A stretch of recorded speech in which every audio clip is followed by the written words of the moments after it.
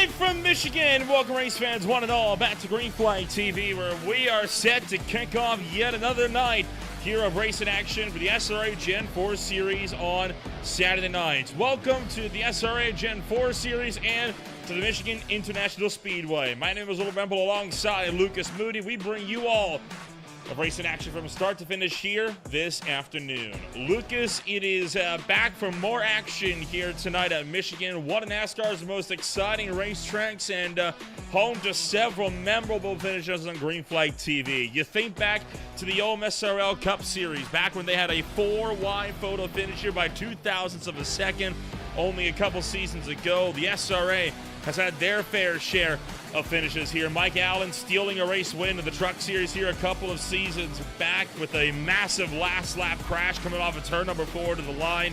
This track, always one that puts on a spectacle. Tonight, expected to be no different. Yeah, it's a wide open track, a track that encourages late braking, if you brake at all, because a lot of the times you can just lift into the corner and you will be fine enough. It's a track that encourages driving through people on the outside line, setting it on the inside. It's a really open track, a lot of racing lines. Every option is available for these drivers here today, and of course, with the 83-degree track temperature, it's nice and cold, which gives these drivers a lot of grip to work with here. 83 degrees Fahrenheit, very low winds in the air as well, making this quite the racetrack for these guys here this afternoon. Of course, the field already starting to grid on up, but they got a little bit here with their drivers meeting still very much underway. So here are the championship standings entering tonight. Michael Gudger sits atop the points boards with 297 points, 17 clear of Zane Bailey, who is not present here this afternoon. So Gudger, for all intents and purposes, looking set to tear away from the back of this one. And my apologies, Bailey is here tonight, but he will be starting his race from pit row. One driver that is not is Aaron Raymond. He will be sitting this one out on the sidelines. Paul Witt, meanwhile, all the way back in third, and he's got over a 50-point deficit up to Michael Gudger now. So at this point, Gudger really looking like the odds-on favorite to win this thing. Yeah, Gudger he's really been dominant a lot of the season. I remember, you go back to the first two races, those first three races, I should say, where he was getting second place, and he was not getting the win that he was looking for, but he was finishing consistently up on those podium positions. And then when he finally started breaking out and getting those wins, he now has 2 on the season. So you think 2 first place, 2 second places, and a couple of races he DNF'd. I mean, he really has been taking this season by storm with just really, really good results. When he finishes the races, he's either first or second in those races. So just, sometimes he gets lucky where he crashes out. I think that happened literally 1 or 2 races this season where he wasn't able to finish. But the races he does finish, he finishes very high. Couple of new names as well that have been making their way onto the grid, and a few returning names as well, right? Joshua Journey, of course, haven't seen him around for a while. Tanner Marr, new to the SRA this season. One rookie looking to cut his teeth this afternoon, Jimmy Jason in number 48, starting this race from the very tail of the field. He was one of just 5 cars that opted not to qualify. He'll be starting this one from the tail of the grid, but making it up for a 20-car field here this afternoon. Some faces, lots of returning ones, and some fresh ones to the grid. Could make this race a bit of an unpredictable affair here for the SRA Gen 4 Series. And it's worth noting as well, Ryan, some new updates to the drafting model with these cars as of late. And from what I've heard, especially at super speedways like Daytona, Talladega, makes it a little bit hard to follow. We'll be seeing that coming into play here this afternoon. We definitely will. I remember that it was a big talking point for last week at Dover, Howie, and I kept bringing up the new draft package. But at a short track like Dover, we really didn't get to see it in action, see the effect of the change. But here, at a very big, very long track that Michigan is, this is where we really get to see the effects of this new draft package and see if, will these cars have a worse or easier time slipstreaming, and what will the dirty air look like for tonight? It's going to be very, very interesting to see what happens. This race just a few moments away from kicking off here this afternoon. So let's take a rundown of what your official starting grid is going to look like for the next 100 laps of racing action here from the Michigan International Speedway.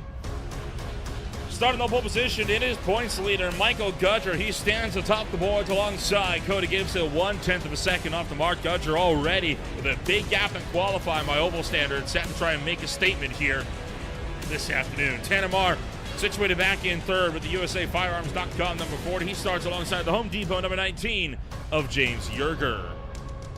Row 3 on the grid, Aaron May back into the 5th place spot in number 10. He runs alongside Jim Duda. Row 4, Larry Bell brings up the Frosted Flakes Kellogg's number 43. He will be starting alongside Zane Bailey, who is set to start his race from pit road here this afternoon. Provisionally, though, qualifying number 8. Top half of the field then closed out by Joshua Jernigan with the McDonald's number 22. He starts alongside the Green Flag TV number 71 of Mike Campbell. And then starting in 11th is that 12 machine of Taco Bell. That's Mark Arthur. And of course, lining up alongside will be that 38 Chief Express Thomas Lane Jr. And then just behind them in lucky spot number 13, it's the mellow yellow car of Cody Witt. And alongside him is the 429 of Paul Witt. And then starting the race in 15th, we are now a second off of the pole lap. That's Joshua Burke in that 24 car. And now we get to the drivers that did not set a lap time. That is the 5 of John Bawalda Jr. And then just behind him in 17th position, it is Jorge Rincon, should I say, in the 28, and Kevin Roy in the number 7. And then to round out your grid in 19th position, it is 11 of Jim Coleman-Sperger and the 48 of Jimmy Jason. And I believe that is the entire 20-car grid that we have for tonight.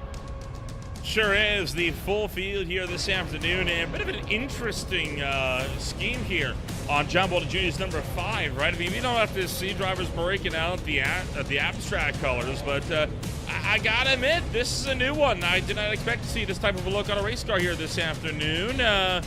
What do you make of it? I think his goal is to hypnotize the other drivers into spinning out.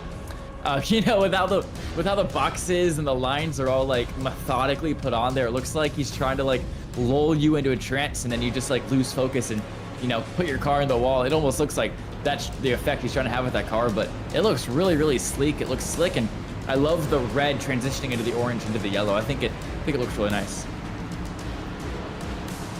Well, John Bolton Jr. making his way out onto the racetrack. Zane Bailey, of course, starting his race from pit road here this afternoon. 100 laps of racing. We'll have 19 cars. Make that now 18 officially, as Jimmy Jason has also not taken to the starting grid. I think Gudger's got an honest case to, you know, be the next big winner here tonight in the at Michigan for the SRA Gen 4 Series. What do you reckon? Do you got any other favorites to win this one? Yeah, I think it's going to be Gudger versus Gibson. As long as this race doesn't come down to a fuel race, which Michael Gudger has said in the past, he absolutely hates when it's a fuel race. He likes just pushing the tires, doesn't want to worry about his field number. So if that does not happen, Michael Gudger is looking to win this race. But I'm going to put my money on Cody Gibson. Remember, it's the 64 versus the 1 at Taylor's oldest time here in the SRA. Either the 64 versus the 20 or the 64 versus the 1. And remember, think back to old Atlanta, the 64 leading the 1. A lot of the laps, many of the laps, but the last lap, the 64 crashed out, and the Cody Gibson won that race. Last week, Gudger went almost flag to flag, bar 1 lap. We'll see if he'll do it here this afternoon. Green flags in the air. One car doesn't get going. It's go, go, go, and they're stacking them up deep in the field.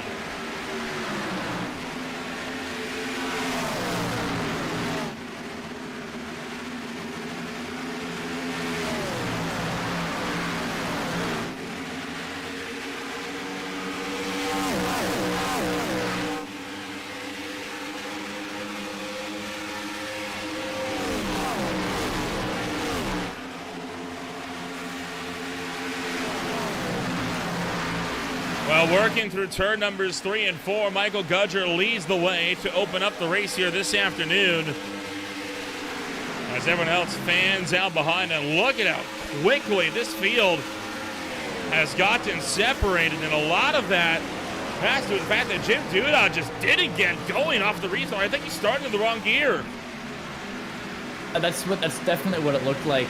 You saw the car directly behind him had to go all the way down to the apron and avoiding action, and it really checked up the whole field behind.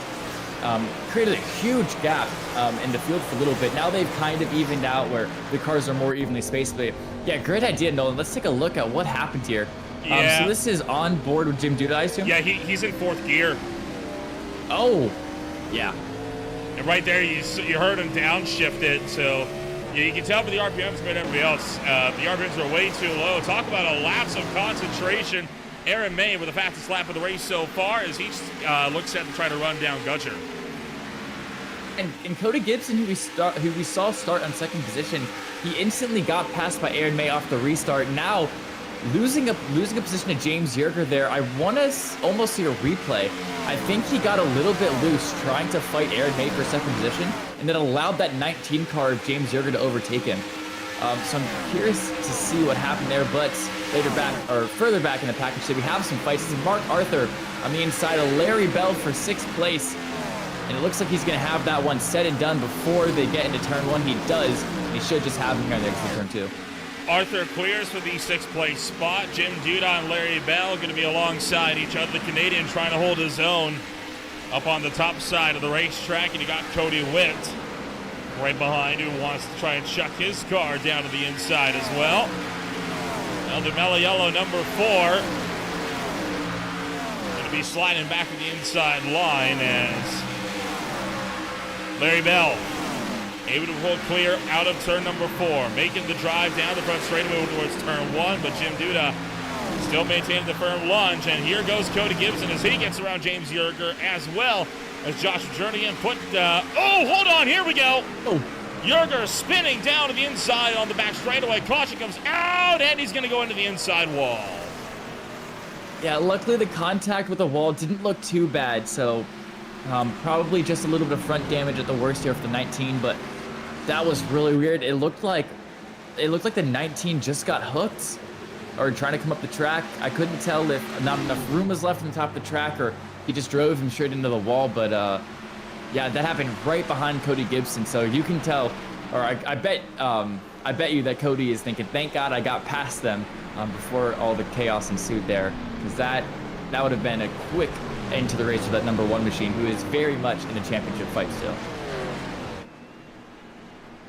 iRacing pace car running the Mustang here tonight, going to pull out in front of the field. Let's take a look at what happened to the James Yerger, putting us under the yellow flag for the first time tonight, as he is alongside with Joshua Jernigan.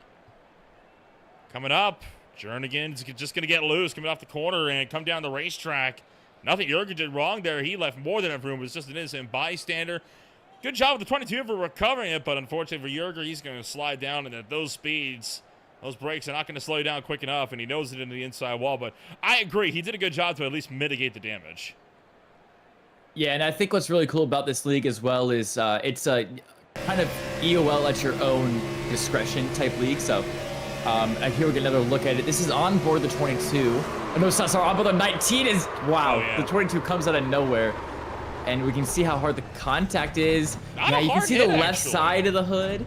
You can see the left side of the hood lift up a little bit. So definitely some aero damage there, but nothing besides that. And they're coming down for a pit stop already, Nolan. Indicating a fuel gain, potentially. Whoa, hold on, as Cody Witt has just been turned on pit road. He's going to strike the inside wall.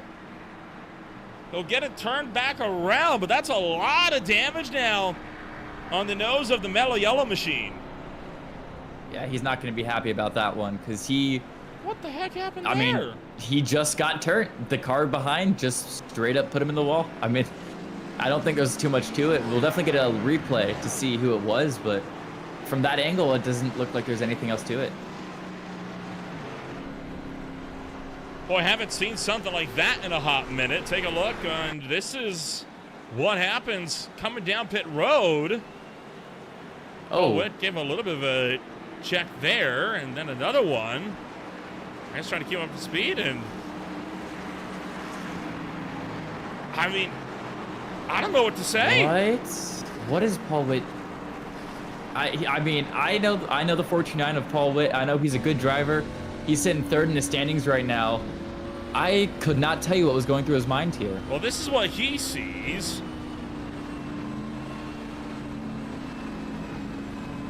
I mean, I don't know what. You can't go anywhere, Paul. There's a car there. So from what that looks like to me, what I feel happened there is Cody Witt's driving below the pit road speed because the car in front of him is driving below the pit road speed. Paul Witt doesn't want to lose too much time, so he's trying to go pit road speed. He's trying to push Cody Witt and, hey, get up there, get up to pit road speed here. Like, we got a speed limit to adhere to. And he just didn't know that he was slowing down for a car in front until he got turned. Now, I can sympathize with Paul, right? Because there is a slow lane for a reason, right? If you're going to drive under pit road speed, you should move over to the left. But you still can't just run through a guy. I mean, I think it's as simple as there's a car in front of you, and it's not like you can push him to go where you want to. I mean, you're not super speedway racing. You are in pit road. You can't pass him, you know. You can't drive through him, and as you see, he kind of attempted to there, and it puts the 4 in the wall, and I assume puts Paul Witt to the back of the pack, giving him an EOL. If not, that would be very interesting if he doesn't take, you know, responsibility for that penalty, as I kind of talked about earlier with how these drivers in this league, they take responsibility for their penalty, and then race control gives them an EOL for it. But yeah, I mean, well, I can see both sides of it, kind of, but you know, he just drove into him. Well, keep in mind, the EOL only applies to actual, you know, bringing out the caution. It doesn't apply to anything that happens after that. So that's going to be an incident for the review board post-race. Okay, yeah, thank you for filling me in on that, because I did not know that. Well, Campbell will now lead the way. He and Zane Bailey have not come down pit road under this caution flag. Into the restart zone. Green flag drops, and this time everybody's in the right gear. And Mike Campbell gets a really good start there. And look at that, once again, the inside line. Gets a really good jump on the outside line, and Zane Bailey might once again, or sorry, that car starting in second place might once again lose out to the car starting in third. And Michael Gudger might make the run all the way from third to the point. He now has the inside of Mike Campbell, which we saw as a dominant line in these early stages of the race. Mike Campbell goes all the way high trying to defend. Gudger goes all the way to the bottom and looks like he's clear. Looks like he's clear. He is clear. Michael Gudger back to the point. Slide job across the nose of the 71 as Mike Campbell will now have the draft down the front straight, and he'll try to battle back here into turn number 1. Not able to get the drive that he needs, though. You saw him kind of stall out, and this is part of that draft package, right, about it being so hard to actually close up to the guy in front of you once you get up to speed. Oh boy, a lot of cars getting loosey-goosey at a turn 2 that time through. I think I saw about 3 or 4 cars shooting for the inside, but for the time being, everyone's able to gather it up. Zane Bailey side by side with Aaron May up on top, and now Campbell goes defensive, 3 wide for second down the front. Yeah, here he goes, that 20 car, that light blue machine, second place in the standings. He's looking for the move to put that car second place in this race down the inside. He got past the 71, now he's got to get past the 20 of Aaron May. They're still side by side, door by door, coming out of 2. With that exit line, to get the better run, he's got to file in behind the 10 machine. Trouble back straightaway, more cars going around as Jim Coleman'sberger is facing the wrong direction, and now Paul Witt is turned on the back straightaway as well. Josh Jernigan going to slide to a stop. And caution is out for the second time tonight. Boy, a rocky way to kick off this race. And we'll take a look back. This is what happened coming out of turn number 2. And this one looking like started with Jim Coleman'sberger deeper in the pack. Take a look. Thomas Lane Jr. with them, and back end starts to come around. Paul Witt runs into the rear, and that just hooks the 11, and around he goes. Oh, boy. Oh, a big lick into the wall for one of those cars. Mark Arthur and Cody Gibson both with near misses down to the inside, and then right there, Paul Witt got clipped by Gibson, who was trying to avoid. Yeah, that was...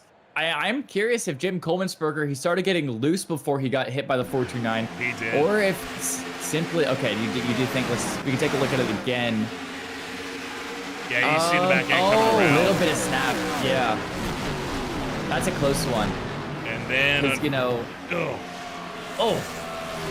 Yeah, nothing Gibson did wrong. He's just trying to avoid, and well, actually, you did that situation. Right on board you with Mark Arthur and what he saw.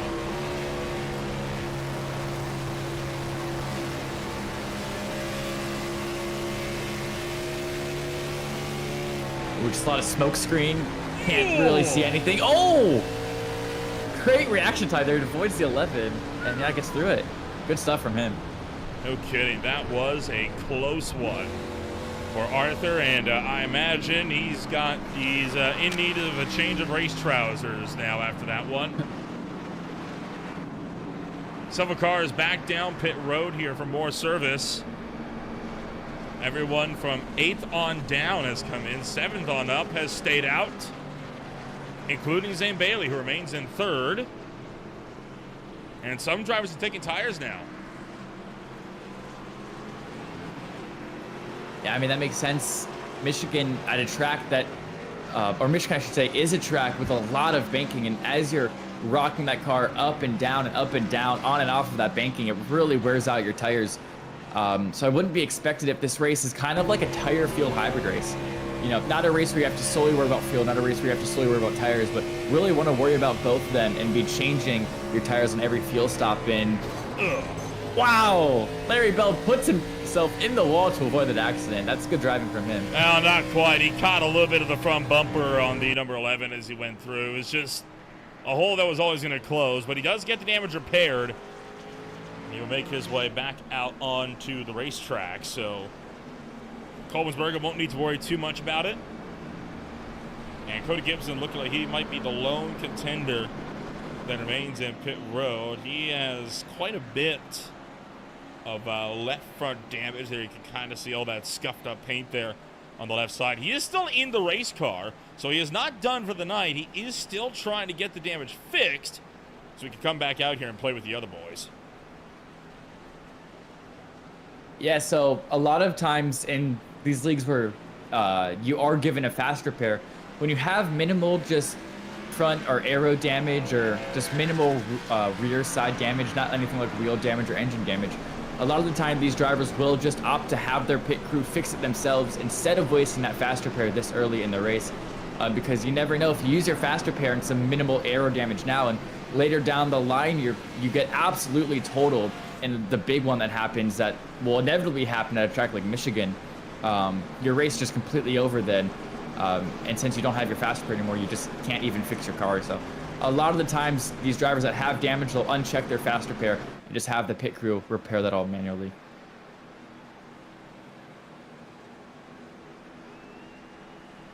With Cody Gibson making his way back out onto the racetrack, all 20 cars still remain in this race, although some looking a little worse for wear. All 20 cars are also critically still on the lead lap. Michael Gudger back to the race lead. He, May, Bailey, Duda, Lane, Marr, and Witt all did not come down pit road. Out of the ones that did, Rincon, Arthur, Yerger, and Burke took took fuel only. Everyone else took repairs or tires. So about to get a little bit interesting here on the restart as we got already a broad variety of pit strategy. Only 14 laps in. Green flag back in the air as racing action resumes from the Michigan International Speedway. This time it's Aaron May that doesn't get a good launch up top.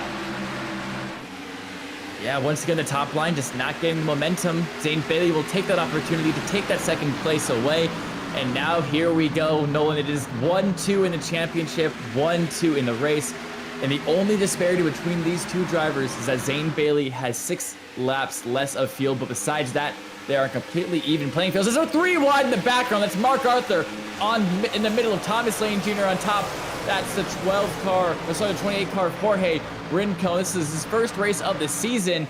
And look at how that's not Thomas Lane Jr., that's the 19 of James Yerger. Look how he was able to just drive underneath both of those cars using the inside line to great effect there. You mentioned first race of the season where Rincon, he had made quite a few starts in the ARCA Blitz in the last season of SRA competition. Now the 28 not having the best of starts here today, although that said, he is running the top 10 and +7 from where he started this race. He is trying to at least fight his way further up the field. Cody Witt could be under fire here. James Yerger looking down the inside, coming out of turn 4. And they'll be too wide all the way down the front straightaway. And Michael Gudger so far has not been able to break away with the race lead up into turn number 1. Yeah, I'm not surprised with this new aero package. I think it is a less effects of the dirty air. So I believe he's going to have an easier time following, but a harder time getting slipstream down the straights, as I believe how Howie explained it to me.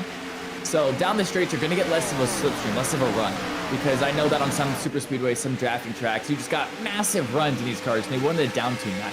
But because of that less aero being pushed back on the car, because of that, you'll also get less dirty air in the corners. So in the corners, it's easier to follow. In the straights, it's a little bit harder to follow, but the loss of dirty air definitely makes overall, I would say, much easier to follow on big, long 2-milers like Michigan International Speedway is, of course. So I think it'll be fairly easy for Zane Bailey to keep this gap to Michael Gudger relatively close. Thomas Lane Jr. lets James Yerker go into turn 3, and Cody Witt trying to look for the inside line as well. Lane's able to rip the outside and clear Cody Witt, and in fact now looking to try to attack James Yerker down the front straightaway. Look for the inside, now for the outside. Can't get close enough for an attack though into turn 1, so Lane slips back, will continue to run that that kind of middle groove there. It's doing a good job of keeping Cody Witt behind, but he hasn't been able to reel in the guys in front all that much. Whoa, hold on. What's happened? Yeah, Jim Duda. Real really low on the racetrack, there. although he has passed up Aaron May, who has now dropped back to 5th. So there's been an incident here with Aaron May.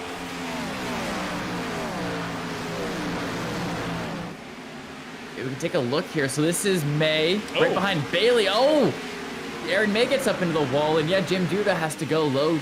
And that's what we saw. So we cut right at the moment where he was going low to avoid the wreck. So my initial thought was, you know, he was going low because he got loose on the corner and had to drive his car down to save it. But no, he actually went low to avoid Aaron May, who dropped all the way from 3rd, now back down to 5th place as we see Mark Arthur on the inside of Jorge Rincon.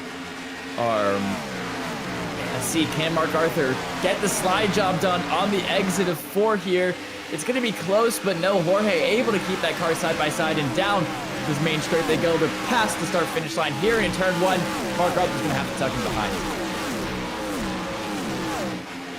So they fight it out for 9th and 10th. Mark Arthur back to the inside of the 28, pushing up from the inside this time, but Rincon continues to pull clear just in front of them. Cody Witt making another look to the inside of Thomas Lane Jr., but not able to make that critical look down the inside. We've also got Mike Campbell, Larry Bell, Kevin Roy, and other drivers here that are side by side. And they are also trying to see if they can maybe throw their hats into the ring. Yeah, all these drivers, you know, it's really difficult on a track like Michigan because sometimes it's, if you attack the car ahead and you put yourself at risk, you put yourself on an unoptimal line, as you see Mike Campbell making the move on Larry Bell here, but see how good of a run the outside line gets, but oh, the 3 wide now, or almost 3 wide, as it looked like, I believe that was Kevin Roy, that 7 was about to send it 3 wide down the middle. Now he's going around the outside. It's still Mike Campbell on the bottom, with of course Larry Bell in between them. And Mike Campbell now running that inside line doesn't get the 43. He also loses the position to the 7, which is exactly what I was about to start talking about. When you put yourself on the inside line and make yourself vulnerable, when you put yourself on the inside line going for an overtake, I should say it also makes you vulnerable to the car behind. So you really have to be careful. You're like, is it worth going for this overtake with the car 2 tenths behind me? Because if you don't get that overtake done, if you're not able to pull off the side job, there's a high likelihood that the car behind you is able to get a run. You'll actually lose a position in the attempt to gain one. So you have to be very careful about when you want to make your moves and how you make your moves. As now we see Cody Witt going down the inside of Jorge Rincon, Once again, it's his first race of the season. So, you know, he's still trying to get some things figured out, seeing how these guys are 3 wide. The 429 in the middle of 3. These 3 cars are at it once again. Larry Bell runs the high line as the 7 once again wins out. And that is Kevin Roy making some really big moves to this middle pack here.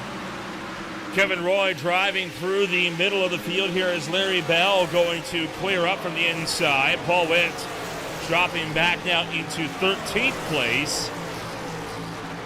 And will once again try to mount a charge down to the inside, but no dice. And in fact, Mike Campbell might be able to take advantage of that with a run of his own. Meanwhile, Mark Arthur all the way sucking to the back of Thomas Lane Jr., but you see him tucking in line, right? Not opting to go for the move. Thomas Lane Jr., in fact, all the way down on the inside of the racetrack, going to lose out ground there. And Mark Arthur going to go 2 for 2 as he's going to fight his way around Rincon all the way down the back straightaway. Mark Arthur, he is going to clear for the number 12 coming down to the turn number 3. Yeah, the 12 just drove that absolutely beautifully. He let the 38 of Thomas Lane Jr. have that inside line. Say, you want to go for a move on me? Sure, have at it. I think the outside line's better right now, and you can waste your time on the inside if you want to. He used that outside line to get a great run on not only the 38, but also the 28 as well, and got 2 in 1 corners. Now the 71, the 11, both of those neon green machines side by side. That's Jim Coleman-Sperger up top. That's Mike Campbell on the bottom. And just between those two is the Paul Witt. And that 429 machine is the 71 in contact. Off of turn 2, they have to be careful. And Mike Campbell is not done yet. He's once again going to send it down the inside of Jim Coleman-Sperger.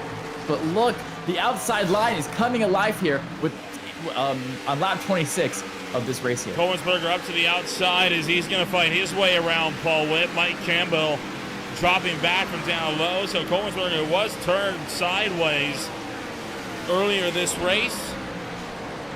Makes move up and around the top. And while the racing, I will say the racing tonight has so far been pretty unique, right? It has not been like any Michigan race we've ever seen before, but it has been exciting in its own way because of the wildly different drafting packs that we have now compared to when these cars were first released. As Zane Bailey clears the top for second, although he did make an effort for it. Yeah, he's getting really under attack here from Jim Duda, because look at that. That gap from Zane Bailey to Michael Gudger has increased all the way to 1.7 seconds. Actually, Zane Bailey loses that second position now. He's on the inside of the 053, so he's going to have that preferred line coming down into turn 3, but can he keep it? Can he defend from Jim Duda? No, he cannot. And Jim Duda actually clears the 20 before they even got into the corner. And Zane Bailey now at risk of losing another position to the 40 of Tanner Marr. And he might just get driven completely around the outside by not only 1 car, but 2 cars as well, as Tanner Marr also clears himself. And Zane Bailey now, he might have to dive bomb. Yeah, he's going to send it all the way to the bottom, seeing if he can at least catch the quarter panel of Tanner Marr, but no. Using this inside line, it's not good anymore. The outside line, the middle line, it's superior.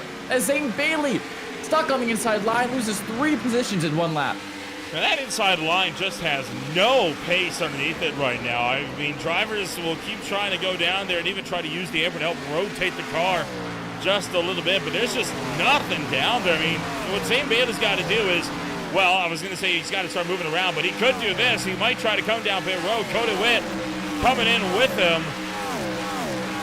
So potential strategy call being made here by Zane Bailey as he will take his car down pit road. And while this is going on, Mark Arthur's just cleared James Yerger for what is now 5th place. Yeah, we've seen so many battles happening all up and down the field here. And like you said, it's unique battles. It's not like the style of Michigan we're used to, where it's kind of like pack racing almost in a way. You know, kind of like super Speedway-esque because of how wide, how high the banking is around Michigan International Speedway, but it's almost like more of intermediate type racing that you kind of see at Old Atlanta, that you see at stuff like Charlotte, where it's, you know, single filed out and cars just going for moves, you know, one-on-one, like all throughout the pack, instead of these 2x2 situations that you see happening a lot at Michigan in other draft packages or in other cars. And there it was. That was Zane Bailey. We kind of caught him for a little bit, exiting pit road. So he's going to come out behind that's behind Jorge Rincon, a lap down. So pitting here not only loses you a lap, but a lap in about 5 seconds, it seems. So pit stops here are going to be very, very crucial to get right. Nobody opted to come down this lap. So looking like for Bailey and Witt, it's been a pretty isolated call. And Cody Witt slowing on the back straightaway. Something has happened to the male yellow number 4. He gets it down off the racetrack, and we will not get a caution. But something has happened to him. We'll look at it in a moment. Larry Bell sideways off of turn 2 as he's got Thomas Lane Jr. right behind him, and now Kolmensberger on the offensive. Yeah, I wonder if Paul Witt got loose or almost spun the car coming off the pit road, because remember, he was one of the people that did come down pit road with Zim Bailey. And here we go. Now they're all coming down. That's the 053 of Jim Duda just behind him. Oh, the 40 cooks it in. Does Tanner Marr have a penalty for that? Nope. I don't see anything yet, but wow. Bit overzealous on close. The checkup there as he nearly took out Jim Duda on his way into pit road. Cody Gibson, meanwhile, does have a black flag on the way in for Speedy. Wow, and Cody Gibson, a bad race just got worse for him as he already was driving with damage 2 seconds behind the pack in last place. But now with that speeding penalty, that's going to put him a lap down with damage. Not a good day for that number 1 car, who's currently 5th in his championship standings, or sorry, 6th, I should say, and really looking to start an attack these guys ahead of him in the standings, because we know he has the pace to do so. It's just about whether he can pull it off. And now here it is, the 64, the person who's been leading every single lap of this race most nearly. Michael Gudger makes his way down to the pit stop, followed by a few other cars. And Gudger is in, so is May, Roy, and Kolmensberger as they all slowly make their way into pit road. This is what happened to Cody Gibson just a little while ago. Oh, sorry, this is Cody Witt. What happened to Cody Witt as he was on his way out of pit road, and I don't know what to say. I mean, the car just didn't go.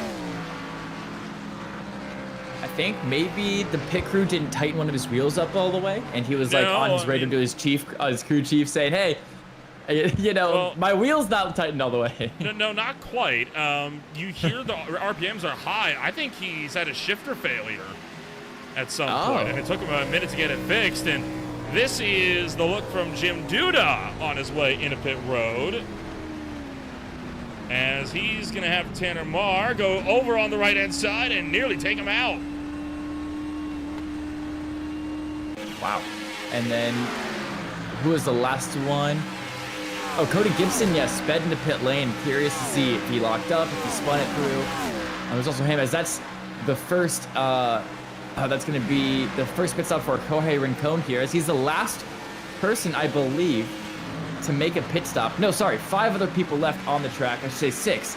1st through 6th still have not made their pit stop yet, all the way from Mark Arthur to Joshua Burke. Those are all people that pit 23 laps ago on that lap 13 caution, so they can extend their stint much longer than the drivers that's not pit under that lap 13 caution. And that's, of course, Mark Arthur, James Yeager, Mike Campbell, Paul Witt, Joshua Jernigan, and Joshua Burke. Those 6 drivers, I expect to see them making a pit stop in about 4 or 5 laps time. Top 6 still have yet to come down pit road. And right now in that battle, the closest bunch among them is Witt, Jernigan, and Burke. All of these guys separated anywhere from 2 to 4 tenths of a second from each other. So race this one out they will. And now these are drivers, remember, that came down under the last caution flag, hence why they're able to stay out a few laps longer than anybody else. It does look, though, like Joshua Jernigan is going to be making his trip into pit road, and he is going to be doing just that, and he's not the only one. Paul Witt is in as well, just in front of him. Yeah, so now that's 2 of those remaining 6 drivers that made their way down a pit road. So, Nolan, from what it's looking like, these drivers can make it about 24 to 26 laps of fuel, or sorry, laps on 1 tank of fuel here, prohibited that all those laps are green. If you have some yellow laps, it looked like they were going about 28 or 29, but it looks like about 24 to 26 green flag laps here for these drivers tonight. Now, this is the battle between Aaron May and Kevin Roy, which is, they're right now running 11th to 12th, or 9th and 10th, as I should say, but effectively, they're actually going to be running about 6th and 7th position there because of those pit stops that are coming in right now. And as I say that, that's Mark Arthur, James Yeager, Mike Campbell, and Joshua Burke all making their way down pit road. So that is the last of this first round of pit stops. Now the field will even out, and we get to see, did the undercut work for these drivers that pit earlier? Did they get a jump on these guys like Mark Arthur, or is Mark Arthur going to be able to use these newer, fresher tires to his advantage and maybe make up some spots here later on in this run?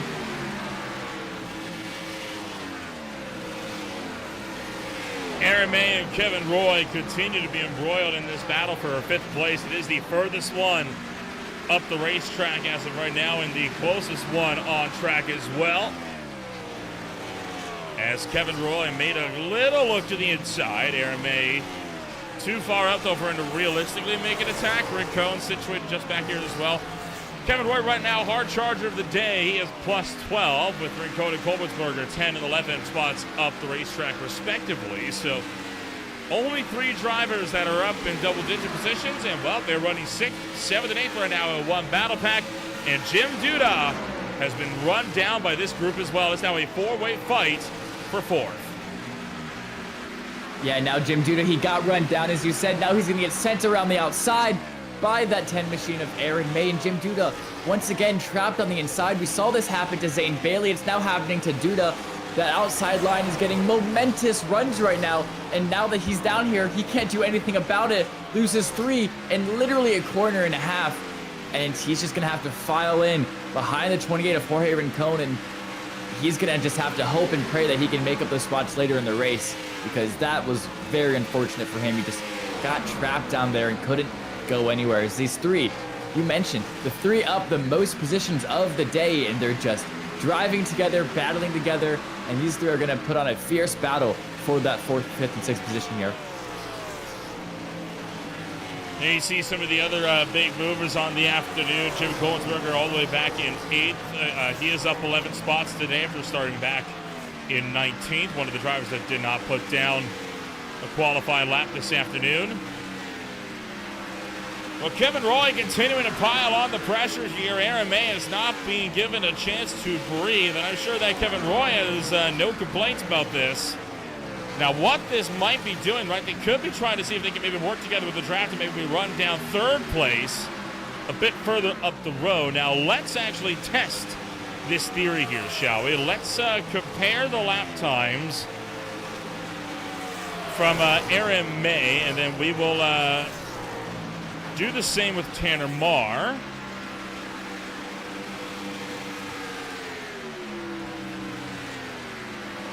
Okay. And well, so not a lot being gained. 2/10 quicker. No, that's 3/10 slower. Now another 10 slower for Aaron May. Oh, yeah. He was only 15 thousandths quicker 2 laps ago. So overall, this pack is losing time. Yeah, sorry, I was looking at the wrong car. I was looking at Zane Bailey, who actually lost 3/10 to Tanner Marr that lap. So I don't know if Zane Bailey made a mistake that last lap, or if he's just not able to find some pace in that car. But yeah, this group of 4, 5, 6 here, right, just not making any space to get that final podium position, as I love to refer to it so much. So Tanner Marr, Michael Gudger, Zane Bailey looking like a really good, strong favorite for your 3 podium finishers. With Aaron May, Kevin Roy, and Jorge Rincon can't seem to settle this out, settle up their differences. Of course, they want to fight each other, but what's more important than making up 1 position on the guy ahead of you is seeing if you can bring the fight to the guys 3 places ahead of you, or 2 places ahead of you, and see if you can bring the fight to them and really work your way up into those first 3 positions here tonight. But it's going to be hard to do that. They're going to have to run single file, and it's not like an IndyCar race where you can play the game, as I like to call it here around Michigan. I say Michigan is one of the most fun tracks to do in the IndyCar. I actually just got a win here recently, literally last Thursday, in the IndyCar around this track. It's not like that, where you can play the game, you know, change who has the inside line every lap, use the drafts one by one, and catch up to the drivers ahead of you. It's not like that. It's stock cars around here where you don't get astronomical runs like that, and you are using the brakes into the corners. So it's really just about getting single file, having that lead guy put in really good laps, and maybe straights. Kevin Roy taking a bit of an interesting line here, right? And I kind of like the line he's running. He's trying to find some of that clean air. You've seen him constantly entering higher into these corners than Aaron May up the road. And that does allow him to get a massive run of steam down the front. You can tell he is trying to help push Aaron May up to the cars in front, because how many times he closed the back and been able to go for an attack, much like James Yerger going for a big dive down the inside of Jim Duda. Jim Duda's number 053 also not having a lot of pace underneath it, and it's looking like Rincon might be wanting to, I thought for a moment he might be trying to have a look, but it looks like he's going to be dropping back in line. You mentioned Zane Bailey kind of losing out ground to Tanner Marr behind, and well, that's continued to be the case as Marr continuing to lose every single lap. And we're about to get a fight for second before too much longer. Yeah, Zane Bailey's lap times have gone down dramatically over these last 4 or 5 laps here. So one of two things that means, Nolan, is one, he has damage that we just can't see that's really inhibiting his performance here. Or two, he really is pushing out his tires too early on in the stint, and he's really falling for it heavy on here now. Of course, it could be the fact that Zane Bailey has 3 lap older tires than Tanner Marr behind. Yeah, I was going to point that out. I mean, we've seen before in these races, right? Even just a lap or two extra tires, that makes a massive difference in these cars. So I feel like it's more a tire advantage than anything else, because now you see, right? I mean, gradually Tanner Marr's advantage is stalled out, and in fact, now he lost ground that last lap by. Tanner Marr's tires may have dropped off. I think maybe he's pushed it a little bit too hard early on. Yeah, and of course we're trying to speculate, looking at lap times, lap by lap. But we have to remember these drivers aren't perfect. They are going to make some mistakes per lap. The 20 might make some mistakes here, the 40 might make some mistakes here. So of course it's hard to judge, whether a car is closing or gaining based on just 2 or 3 laps of data, because you never know what that driver was doing. Did he make a mistake? Was he saving? Are his tires burned out? We never know, but that's kind of the speculation that we have to play as casters. The speculation I say we get to play as casters. Did he make a mistake that lap? Or are his tires falling off? It's kind of the guessing game that we have to, or get to play here. And once again, these 3 drivers single file out. That's a lap car ahead. I believe that's Cody Whip. He's already 1 lap down, so we shouldn't get involved in this battle too much. But I say battle, Nolan, these cars really aren't battling at all, I should say. They really are determined to catch up to Tanner Marr. They got to get around the lap car. Cody Witt first. And you see Kevin Roy actually moving up there to get a bit of extra slipstream from Witt, right? He's trying to keep that momentum up. But it looks like he's going to get broken up here from Aaron May as a result of that lap car up on the outside line. Side by side for 8th place, James Yerger around the outside of Larry Bell. And he's able to pick off another spot. So James Yerger, one of the quickest cars on the racetrack right now, and Yerger is flying at the Home Depot number 19. Yeah, and I wonder if that it definitely has to do with the fact that he pitted a lot later than a lot of these other drivers. Remember, him and Mark Arthur, those were 2 of those guys, 2 of those quicker guys that pit very, very last out of that first pit stop. They are only on 11 and 12 lap old tires compared to everyone else who's 18, 17, or even 21 if you're that 20 car of Zane Bailey. So I would very much expect those 2 cars to have a lot of pace, as we talked about how there's not much of a battle happening between these 3 guys. But now Jorge Rincon is looking at the inside of Kevin Roy. This is the first time we've seen these cars go side by side for about 10 laps. The 28 takes the bottom, and the only way to get it done is if he can clear it before corner exit. Not going to be able to, and he's just not going to have the run down the main straight, and will most likely, Nolan, have to file in behind unless he doesn't want to. Unless he just completely proves me wrong and might now try to go for a 2-into-1. But Aaron May closes the door. Aaron May blocks him off as they're about to go 3 wide into turn 1. Jorge Rincon, though, he is able to get the quarter panel of Aaron May, and he's still looking for the side draft. And he gets the move done on Kevin Roy, who actually had a moment in the wall, and now he's looking for Aaron May as well. Aaron May retaining the top lane as Kevin Roy situated down to the inside line. Roy's going to pull it clear, and Aaron May will now drop back to 5th place as a result. Now we'll see if Rincon's got anything for the field now that he has been fully unleashed. Taking a look at the top 5 of the championship standings after tonight. Right now, Michael Gudger still set to extend his points lead up to 13 back to Zane Bailey after tonight. So still looking to be a relatively rough ride for Bailey and Paul Witt in terms of championship hopes. But right now, It really has been a battle for the points lead between Michael Gudger and Zane Bailey all season long, and that's not looking to change anytime soon. Remember, Zane Bailey coming off as the defending champion from the ARCA Blitz as he now hits pit road. And Bailey looking to become a repeat champion and back-to-back champion for, I believe it will be one of the first times in SRA history. Yeah, but in order for him to do that, he's really got to find this pace disparity that he's had on Michael Gudger these last 3 races. You think back, Michael Gudger not only won at Dover, but he also won at Homestead. Michael Gudger has consistently been the quicker of the 2 cars in these past 2 or 3 races, so he's got to find what he's missing, find where that pace disparity is coming from if he does win a chance of being a back-to-back SRA championship winner. But here we go, he pit 23 laps into his stint that time. So what's going to happen, I assume, is he's trying to just split it in thirds. He's got 23 laps there, and then 23 laps from now, he's going to pit again, and that will bring him to the end. So he has got 1 more pit stop left in this race. Everybody else has got 2 more pit stops left, and here it is, Paul Witt making one of those 2 as a caution comes out. Zane Bailey is completely left a lap down. So will Paul Witt, and so will BJ Duda. And horrible timing for those guys. And looking like this one may have been a result of Cody Witt again. Would have been fresh out of pit road. This would be the second time this car's had problems on pit exit. Last time he couldn't get going. This time he's just going to spin the car, and that is what forces the yellow flag out. I'm shocked that that brought a yellow out, but a yellow flag it did bring out. And, well, Michael Gudger retains the lead of this race. We're going to take a quick step back. When we return, Racing Action continues on Green Flag TV. Stay with us.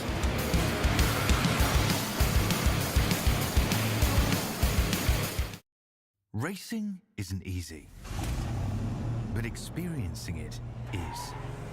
iRacing puts you in the driver's seat with the industry's leading sim racing game.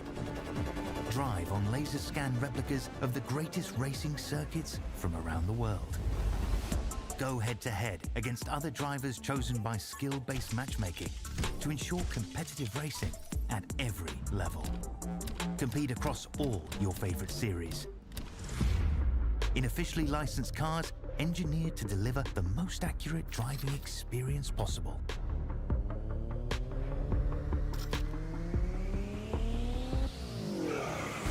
Join a race or host your own with players from across the globe.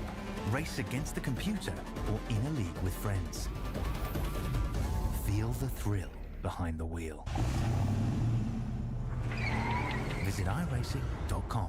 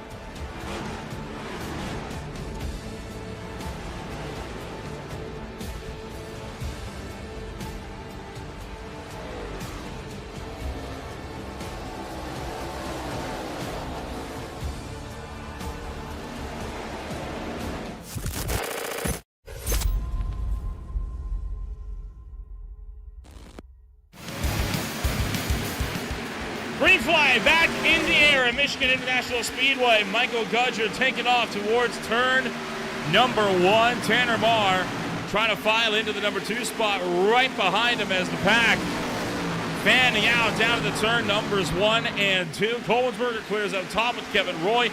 Jurgen clears for Rincon, and we're single file down the back straightaway.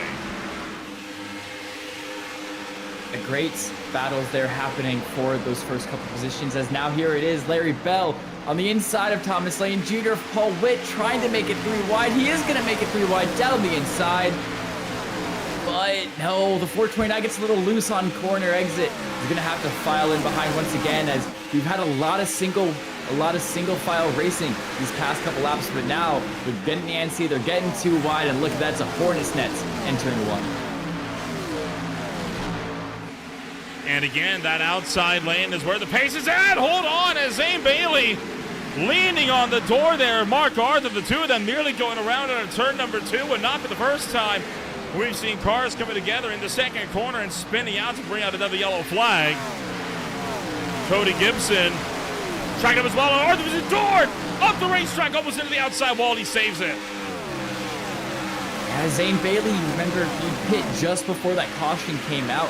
Probably a little bit angry, probably driving on a little bit of tilt, knows that he needs to make his way through this field quickly if he wants to bring the battle to Michael Gudger. So you can kind of see that intensity in his driving, where he's kind of just moved the 12 out of his way and said, get out of my way, I'm quicker than you, I need to get this pass done quickly.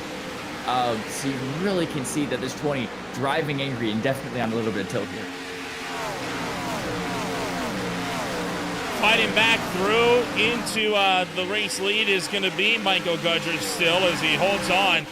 Tanner Marr trying to battle back against James Yerg. We've also got Rick Cohen and Colensberger that are tight for 4th and 5th. We are now under 40 laps to go, so well in to the second half of this race, as Lane continues to fight this one out with Bell and Witt. And oh boy, big loose moment off of turn 2.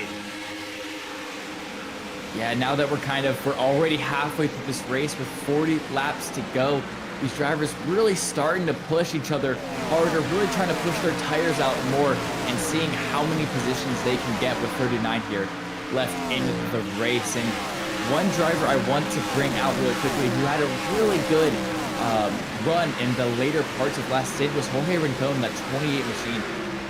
We saw that he got past 2 cars right before that caution came out. It was even catching the legs of Aaron May and Tanner Mark, who were sitting in 2nd and 3rd at the time.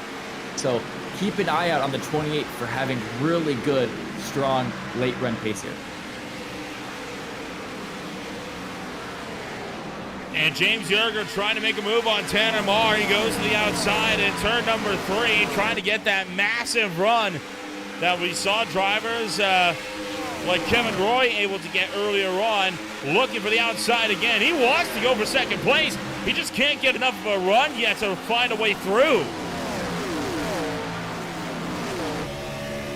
He's looking for the outside, seeing if he can catch the quarter panel. Tanner Marr gets put into the wall almost. I mean, kind of very aggressive driving from both of them. 19 trying to stick it out the outside, 40 saying, nope, not today. Instantly closed the door, saying, you cannot have my quarter panel. Kind of forces James to get off the throttle, kind of get a little bit squirrely on exit there. But, the 19, he's not done with this battle. He's going to try to find the slipstream here and see if he can bring it to him in turn 3 again. Punching upwards of 200 miles an hour down to the turn number 1. And James Yerger fights it with everything he's got. He's going to clip off the transitioning while Marr ahead of him bounces off the wall. All the while, other drivers like Kevin Roy looking to make moves of their own deeper into the pack. Kevin Roy wants to try and make a move on Jim Colensberger. We've seen him try this a couple times in the past. But again, when you get single file, it's just so difficult to be able to do anything about it. But one driver, they just make a move. Zane Bailey, he's to the outside of Paul Witt. Yeah, once again, that 20 showing the intensity he needs to get through the field. He has Cody Gibson directly in front of him, though. Cody Gibson has a lot of pace. He's very quick. Remember, he qualified 2nd right behind Michael Gudger, but he is a lap down. I don't know what the I don't know what the mentality will be there for the one machine. Is he going to let the 20 by? Is he going to try to fight him as Cody Gibson's trying to make his way through this field to either get a lucky dog or get the wave around? But Zane Bailey looking like he's trying to push Cody out of the way here. Are they bump drafting down the main straight? Not quite, but they're not too far away from it. I don't think we really can realistically bump track to these cars, right, with the curved noses and the curved back bumpers. We saw Paul attempt that at Cody White at pit road earlier today. It didn't work. So it did not work. It did not at all. No, John Bolton Jr. clears to the outside of Aaron May, and once again, this fight for second, a hotly contested one, and they got to get this thing sorted quickly because Michael Gudger is starting to run away. Well, not only is Michael Gudger starting to run away, look, the 28 of Jorge Rincon, look how close he is to James Yerger. So if Yerger isn't able to get past Tanner Marr here, he's going to start being under threat from Jorge Rincon, from Jim Kolmensberger, even Kevin Roy as well. So James Yerger might start having to make some really aggressive lunges here, kind of last second moves. Here he goes now. It has the quarter panel of that 40 machine into turn 3. Is the inside line going to work for him here? Yes, it is, as he gets the move done halfway through turn 3. But Tanner Marr trying to go for the over-under. He's got the inside again, back down to the turn number 4. And just like that, Tanner Marr could very well find himself right back to the front of this pack for second place. Tanner Marr holding the inside. Yerger holding him down. Almost contact down to turn 2. Look out as Yerger sideways out of turn 2 down the back. And he gets it done through everything that happened. Getting loose off of 2. He gets the move done. Very aggressive on throttle on exit. And it works for him. It absolutely works. As now Jorge Rincon to the inside of Tanner Marr as well, and he's gonna get the move done. Tanner Marr down 2 in 1 lap, and now, yes, there he goes. He clears himself. As you know, these cars they are really running each other close, running each other hard here with still 31 to go. Down the back straightaway as Rincon tries to fight to the inside, and Michael Gutcher now clear by over a second down to the turn numbers 3 and 4. Tanner Marr still in the mix. So is Jim Kolmensberger, wanted to have a look, as is Kevin Roy. A bunch of drivers all kind of packed up into one blanket. 30 laps to go. Yerger finally has to let Rincon in a second, and he tried looking the inside, couldn't find it. I'm going to give myself a pat on the back here, as nearly 3 wide there, as, you know, Jorge taking the top, James Yerger taking that middle line, Tanner Marr looking all the way to the bottom. Gonna give myself a pat on the back because about 15 laps ago I said watch out for that 28, watch out for Jorge Rincon to make some moves later on in the stint. 14 laps into the stint, they're probably going to be pitting in about 7 to 9 laps here. And look, that 28 machine gets past not only 1 car but 2 cars in just 1 lap. So I'm going to give myself a pat on the back, as that 28 machine really showing some good late run pace here.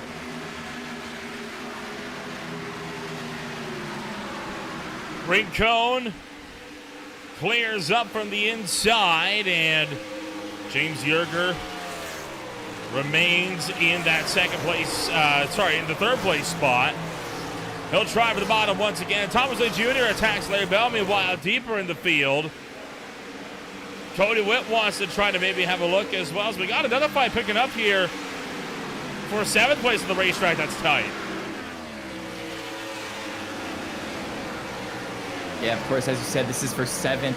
Thomas Lane Jr. on that inside. Larry Bell in that Kellogg's Frosted Flakes machine up top. And with how it's been going, I wouldn't be surprised if Thomas Lane Jr. just isn't able to pull this move off. You've said it so many times tonight. That overtakes around here, very, very difficult, not easy at all. Essentially, the only way to get it done on the inside line is pulling off that slide job, pulling off a really close, really tight move that isn't very safe. As now we go back to the battle for 2nd, back to that battle for 4th as well. As it's Jim Kolmensberger trying to fight off Kevin Roy, James Yerger trying to get past Jorge Rincon. James Yerger trying to hold off Tanner Marr. As look at that, Jorge Rincon, 4/10 already. He's pulled on James Yerger and looking to now catch up to Michael Gudger. Jorge Rincon here in his first ever race this season, looking to battle the lead here, battle the 64, the only car to be able to bring a fight to him in this race. It might just be done by Jorge Rincon. Well, and he's helped out by the fact that Mar and Yerger continue to go side by side like they are right now for third. That's helping him really pull away from this field as Tanamar swings back to the inside line. Mike Campbell will make it to pit road. That'll be for his final stop of the afternoon. Thomas Lane Jr. also trying to go around the outside of Zane Bailey, but Bailey going to pull a quick to the bottom side. So Zane Bailey picks up another spot. He's up to 8th. Oh boy, he and Lane both a bit crossed up out of turn 2, down the back straightaway. Zane Bailey holds on though. Lane will have to try to look to the inside, and Mark Arthur swinging back in there as well. Yeah, Zane Bailey just not able to find the pace in this car to get past all of these drivers in this middle field here. And it goes to show you that, once again, it is so tough to overtake around here, because we saw that Zane Bailey has a lot of pace around here, probably the second or third quickest car here tonight. And the fact that he's not able to pass some of these guys farther back in the field really shows that the dirty air, sorry, not the dirty air, but just a lack of draft package really makes it difficult for these guys. But the next car in his sights will be the 43 of Larry Bell. Of course, the 053 of Jim Duda is wedged in between these two with Cody Gibson, but those, of course, are two cars that are a lap down. As now we go further up in the field, this is Kevin Roy looking on Jim Coleman'sberger once again, and yeah, they're just single file, Nolan. Not a lot happening here. Well, Kevin Roy is trying something. He's been pushing that lane further and further, right? Because the higher up you go, ideally the better run you can get down the straightaway. So he's trying to find what is the margin of how far can he go before he actually starts to lose time because he's so far the racetrack, or when he gets into the outside wall. He hasn't found that threshold, right? But he's experimenting, and I don't blame him for it, because, I mean, hey, you may as well, nothing else is working, you may as well try something new. What's the worst going to happen, right? You don't go anywhere, which has happened on already. James Yerger coming down pit road with 22 to go. Yeah, I think it's a smart call from him. You're kind of stuck in third place. You can't really get past the guy ahead. The only thing that the guy behind is doing is slowing you down, so why not go for the undercut? It is a bit risky. Of course, if a caution comes out from now to the time before everyone else pits, he could get stuck a lap down, but I think it's worth the 19 car. As look at this, a Hornet's Nest is happening for the battle for 6th, and that's because, remember, Cody Gibson and Jim Duda, that bright orange, that bright yellow car, they're lapped out. They're really not in this fight here. This is causing all kinds of chaos. Where does Zane Bailey just go?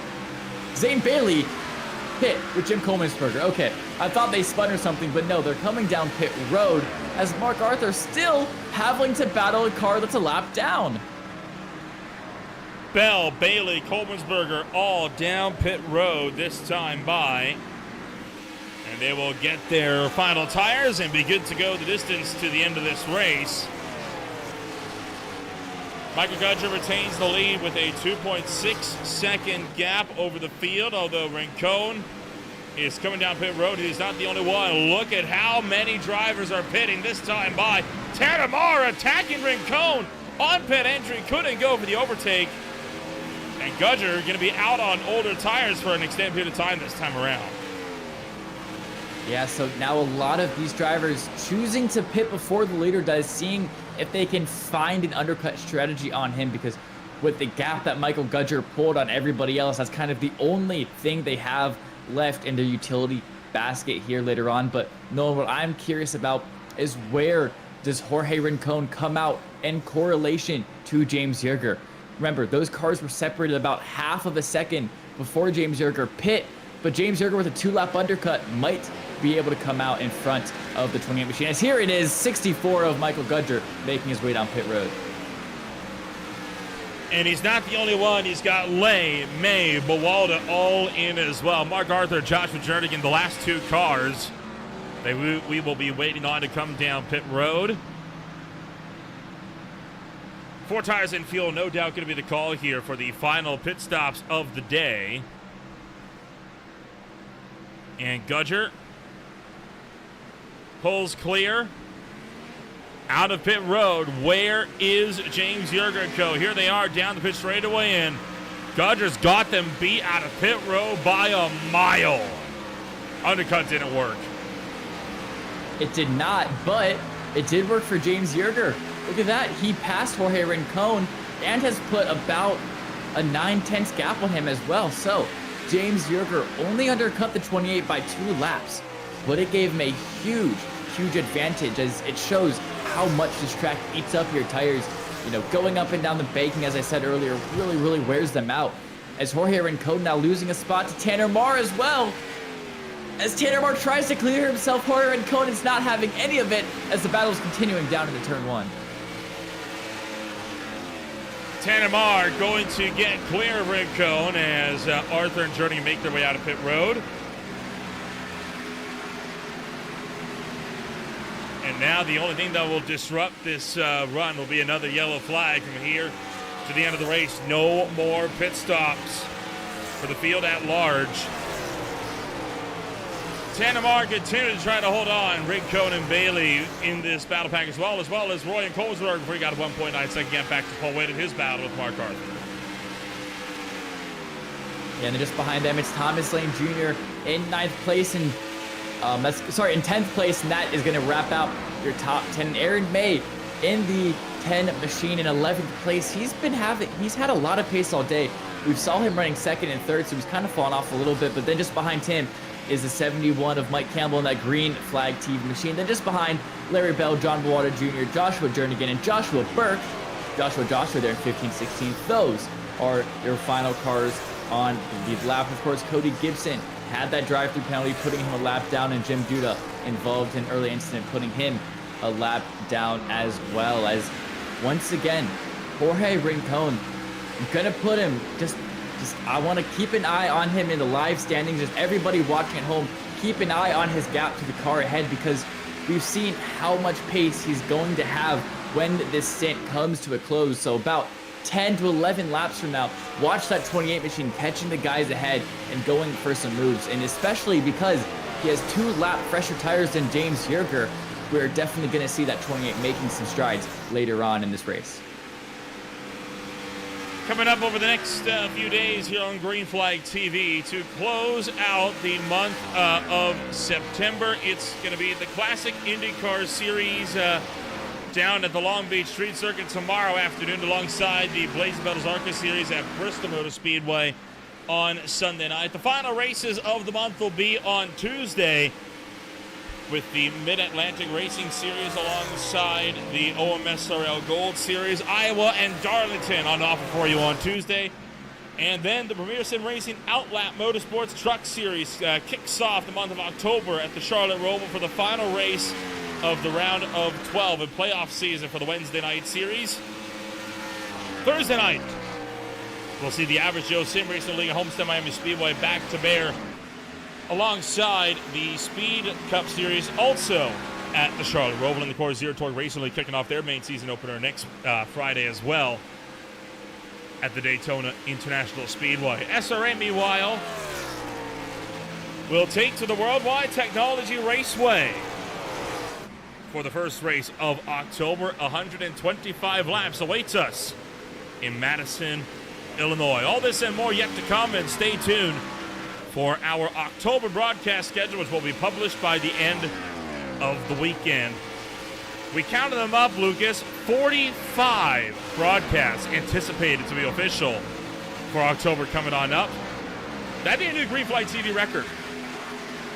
I mean, yeah, that's absolutely great to hear that so many leagues of iRacing, they want to get their streams published, or they want to get their races streamed, should I say, and they want us to do it. It's, goes to show, that we put on good quality broadcasts and that we really try our best for all of you guys out there. And it's really good to see how many leagues of iRacing there are around still, because you think it's a really hard game to get into, super high entry costs, not only money-wise, but skill-wise as well.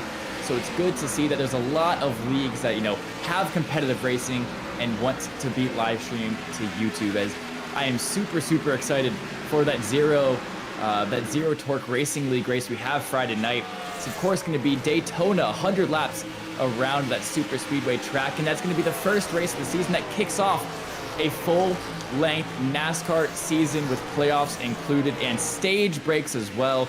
It's going to be really, really interesting to watch that, and I cannot wait for that to kick off this Friday.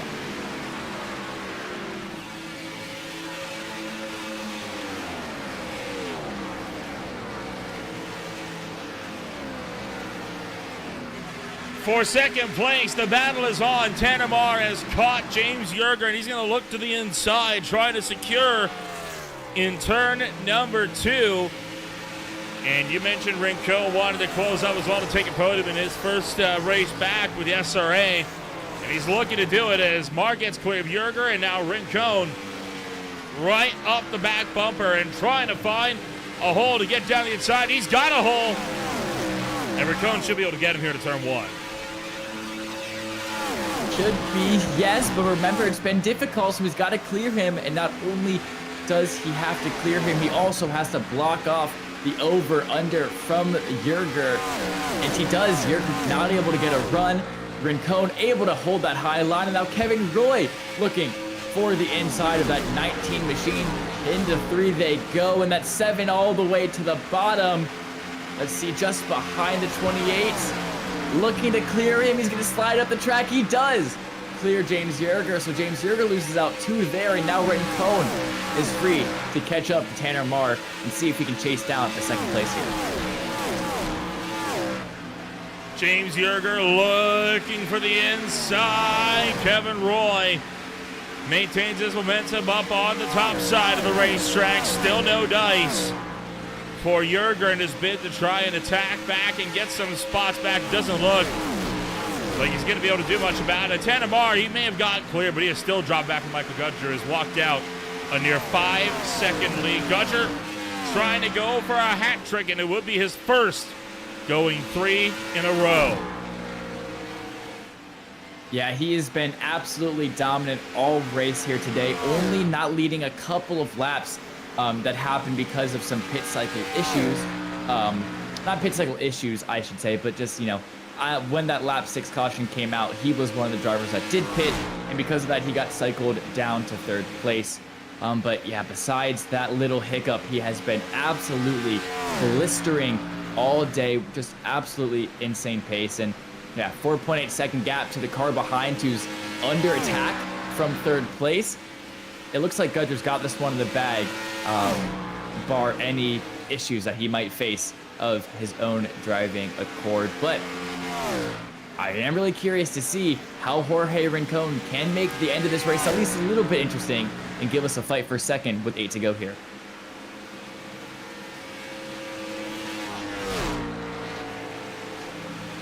So Tanner Marr will maintain his run in 2nd place. He's got Rincon, Roy, Yerger, all still back 2nd, 3rd, and 4th. You've also got Paul Witt trying to make an effort as he looks to go to the inside of Thomas Lane Jr. Lane right now maintaining a strong pace as well. Just up the road as he's got Paul Witt right behind, right in front of him. But, you know, Paul Witt trying to make, he has not been able to do all that much ever since he lost the top 10. And it really remains all eyes on this battle pack here. But even this started to separate in the closing laps. Just the single file racing that we had before our most recent caution, and it's really just not giving us a lot of good racing action here, unfortunately. With 6 to go now as they just cross the line, which kind of sucks because, you know, the end of a race, you really want to see these drivers getting aggressive, you know, driving all out, pushing each other into walls, you know, shoving, banging doors, you know, all this different good type of racing you want to see in stock cars. But unfortunately, this track with this draft package in the Gen 4 car just not able to deliver that to us tonight. But it's all good because, you know, it's been a good race. We've had the good battles, and the restarts, those have been the most phenomenal part of this race, because with the loss of dirty air, they've been able to get really, really close and give us some good battles on the restarts at least. But once they single file out, it does tend to dull out a bit.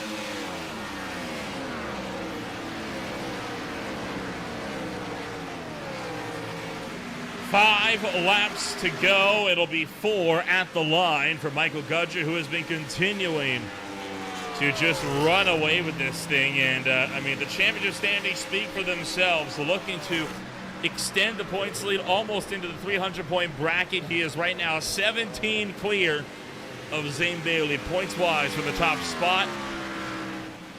Gudger, we talked about it before, right? He has been the man to beat all season long. He's come close to wins, and this could be a big night for him, right? As this could be the turning point of the championship that sees him become a nigh unstoppable force. Yeah, cementing this win, giving him the hat trick, as you mentioned, that really does cement him as a really, really strong place in this championship contention here, because 17 points ahead with this type of pace, it's going to be very, very difficult for any of these drivers, you know, like Zane Bailey, like Cody Gibson. It's going to be very difficult for any of them to really crack him or really crack the point leads that he's given, especially because what it looks like is, at worst, Michael Gudger is going to finish a race in second. So if you're only able to get 5 or so points on him per race, a 17-point lead is absolutely astronomical. So here we go. We have a battle, Nolan. It is Mark Arthur on Jim Kolmensberger for 7th position. Oh, Arthur nearly taking out Kolmensberger out of turn number 2. He's able to keep it out of him, but so far these two will continue to push clear down to the turn numbers 3 and 4. They will look for just 2 laps to go as Mark Arthur going to push up from the inside. Kolmensberger clears him up top, and Mark Arthur is through for 7th place. Yeah, there we go. Mark Arthur having some late run pace now, as he has 3 lap fresher tires than Jim Kolmensberger and Zane Bailey in front. So maybe now those tires are just coming alive. Unfortunately, too little too late, as he might only be able to get up to 7th with that tire advantage, unless he's able to get Zane Bailey here, as that 20 machine usually having a lot of pace around these long 2-milers, around these big old racetracks. But look at this, Mark Arthur just sends it down his inside. That looked like a half-cent move, but he just has so much more pace in him right now that he's going to get the position to the white flag lap. Final lap this afternoon. Michael Gudger leading the way at the very head of the field. Down into turn numbers 3 and 4. He's got no competition behind. Gudger into the final couple of corners. He'll send her in deep one more time. And Gudger, walk-off win at the Michigan International Speedway. He takes it at Michigan. Yep, absolutely dominated race, because in 5.5 seconds back, it'll be 2nd place Tanner Marr, 3rd place Jorge Rincon to wrap up your podium. And then Kevin Roy comes home in 4th with James Yerker, and Mark Arthur comes home in 6th, making 2 late second passes there with those 2 laps to go. And that will be your top 6 here at the Michigan International Speedway.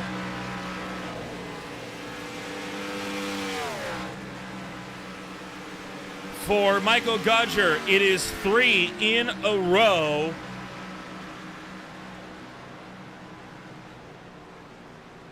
I cannot believe that. We don't see these types of things all that often, right? I mean, whenever we do, it is always something. But for Michael Gudger, able to take win number 3 back to back to back. He won in Miami. He won at Dover, and tonight he wins in Michigan. It's gotta feel good as he burns it down to the front straightaway. Yeah, Gudger is really just showing how strong his pace here in these Gen 4 cars. As you talk about having 3 wins in a row, this one being an absolutely monumental pace difference throughout the entire race, as he wins by an entire 5.5 seconds. Last race at Dover, he beat Cody Gibson out by just a 1.5 seconds. You think back to 2 weeks ago at Homestead, though, he won that race over Zane Bailey by an entire 4.5 seconds. So, really, Michael Gudger showing his pace here. I mean, he's been showing his pace all season, but now he's really been able to convert that pace into wins, as we can get a rundown of what this race results look like tonight. Taking it home, number 1, it's going to be Michael Gudger. He then brings it up alongside Tanner Marr, who was 5.6 seconds back. Rincon will be third at 6.2. Then it's Kevin Roy, James Yerger, Mark Arthur, Zane Bailey, Jim Kovensberger, Aaron May, and Thomas Lane Jr.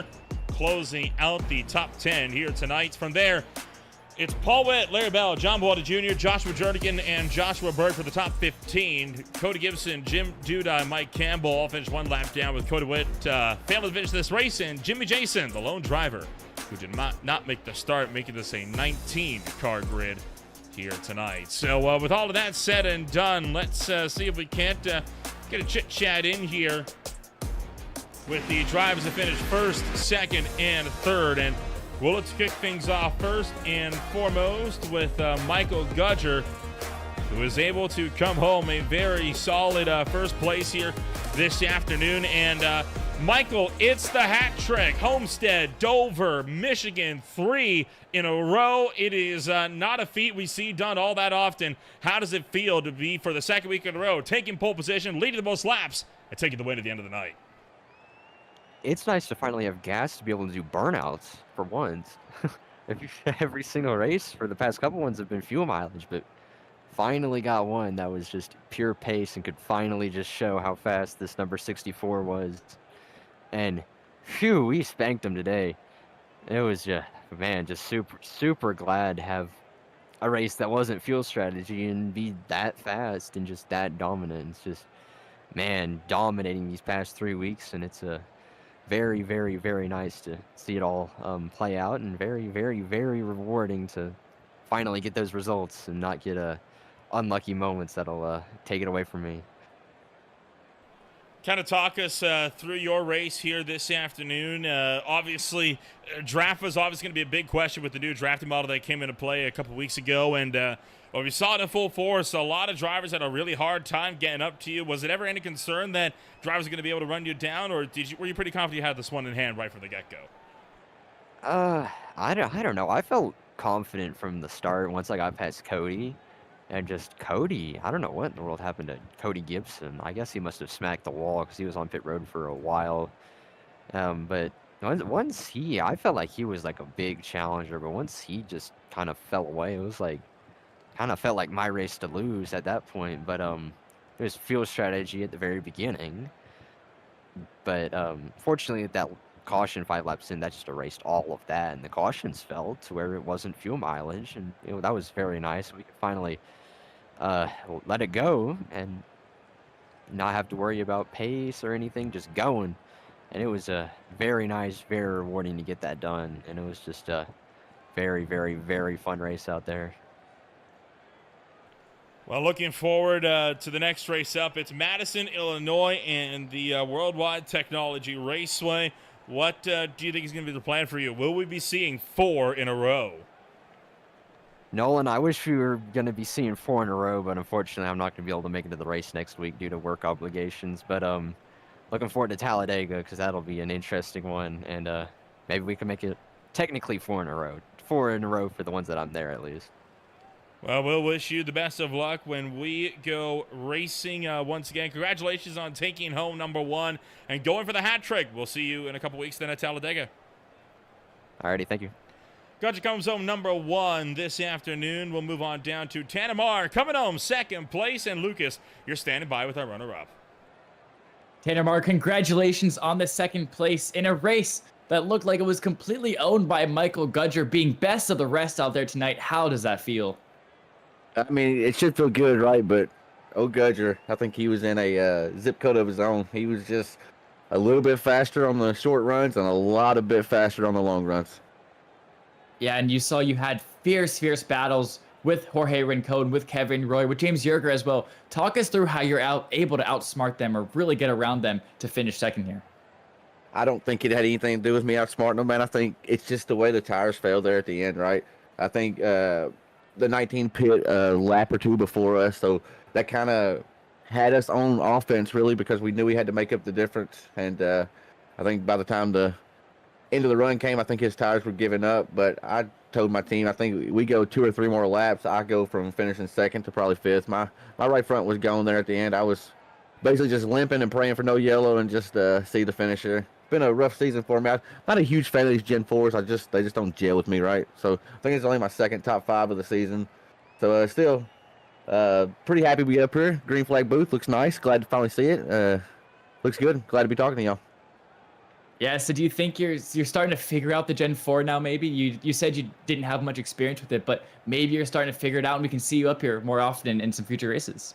I hope so. That's the game plan, right? Hopefully this can be a positive momentum builder, but I don't know. We'll see. 40 car has not my normal number, and it hadn't been the lady luck for me, that's for sure. I got you. And then looking forward to Worldwide Technology Raceway. How do you feel about that track? It's not a track I love, but I love short tracks, right? And it races like a bigger short track, so I'm hoping to be somewhat decent there. I'll have a little bit more confidence going to a track like that versus your typical 1.5 miles and whatnot. So I know it's a track, you either love it or hate it, right? And I could take it or leave it, really. I don't really care either way. But I'm excited to be there, excited for the league, and yeah, hopefully talking to y'all again next week. I was about to say, yeah, I wish you the best of luck, and I hope to see you back up here next week. And thank you for taking the time to speak with us. Thank you for giving us the place, and I want to send a shout out to you and Nolan for doing the broadcast for us each and every week. Gives us a chance to go back and watch it and let our folks watch it. So we appreciate everything y'all do. Perfect. Thank you so much. Thank you so much for that shout out. That really means a lot, Tanner. And I believe, Nolan, you are now sitting by with our third place finisher, Jorge Rincon. Well, I would be if he was here, but it does not appear that he is. So instead, we'll have to call it there for this afternoon. But overall, a very solid race here at the end of the night, right? A lot of green flag racing here. And, you know, with Michael Gudge not being here next week, that's going to be quite the shakeup in the point standings coming on up here. What do you make of it? Yeah, I mean, that shakeup is definitely the word for it. It literally opens the door for the guys behind like Zane Bailey, like Paul Witt, like Cody Gibson. It really opens the door for them. Anybody now, next week, if they finish high enough, if they get more than 17 points, they can take control of that championship lead. Well, before we go racing next week, there's still more action still to come here on Green Flag TV. It is, of course, going to be the Classic IndyCar Series out of the Long Beach Street Circuit. That'll be coming on up tomorrow night with the Blaze Metals ARCA Series at Bristol on Sunday afternoon. On Tuesday, it's the Mid-Atlantic Racing Series. They will be racing out from the Iowa Speedway alongside the SRA Gold Series at the Darlington Raceway. PSR and Speed Cup Series action both out at the Charlotte Roval this afternoon as PSR wraps up the first round of playoff action for them. And sandwiched between them is the Average Joe's Racing League with their season opener at Homestead Miami Speedway in the trucks. If you want to find more about who we are and what we can offer you, check us out today at www.greenflagtv.com. As always, my name is Ola Brample. Thank you all so much for joining us, and we'll see you all when we go racing next week in Illinois.